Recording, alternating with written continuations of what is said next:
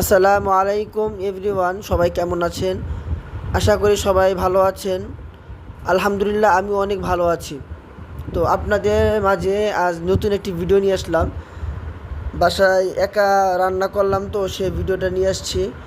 তো এই ভিডিওর মাঝে একটি কবিতা আছে, কবিতাটি আমি আপনাদেরকে পড়ে শোনাচ্ছি।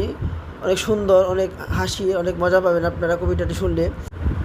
কবিতাটি হচ্ছে, আজ বাসায় একা, চারিপাশে যেন একরাশ নীরবতা, তবু মন খারাপ না করে নিজে নেমে পড়লাম রান্নাঘরে।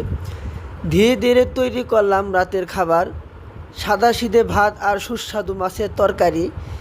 নিজের হাতে রান্না করার আনন্দটাই আলাদা, আর খাবারের গন্ধ যেন ঘরটা ভরে উঠল। একা হলেও মনে হলো ছোট্ট এই প্রচেষ্টাই আমার রাতটাকে আজ অনেক সুন্দর করবে। তো ইনশাল্লাহ সবাই ভিডিওটা শেয়ার করবেন, লাইক করবেন, কমেন্টস করবেন।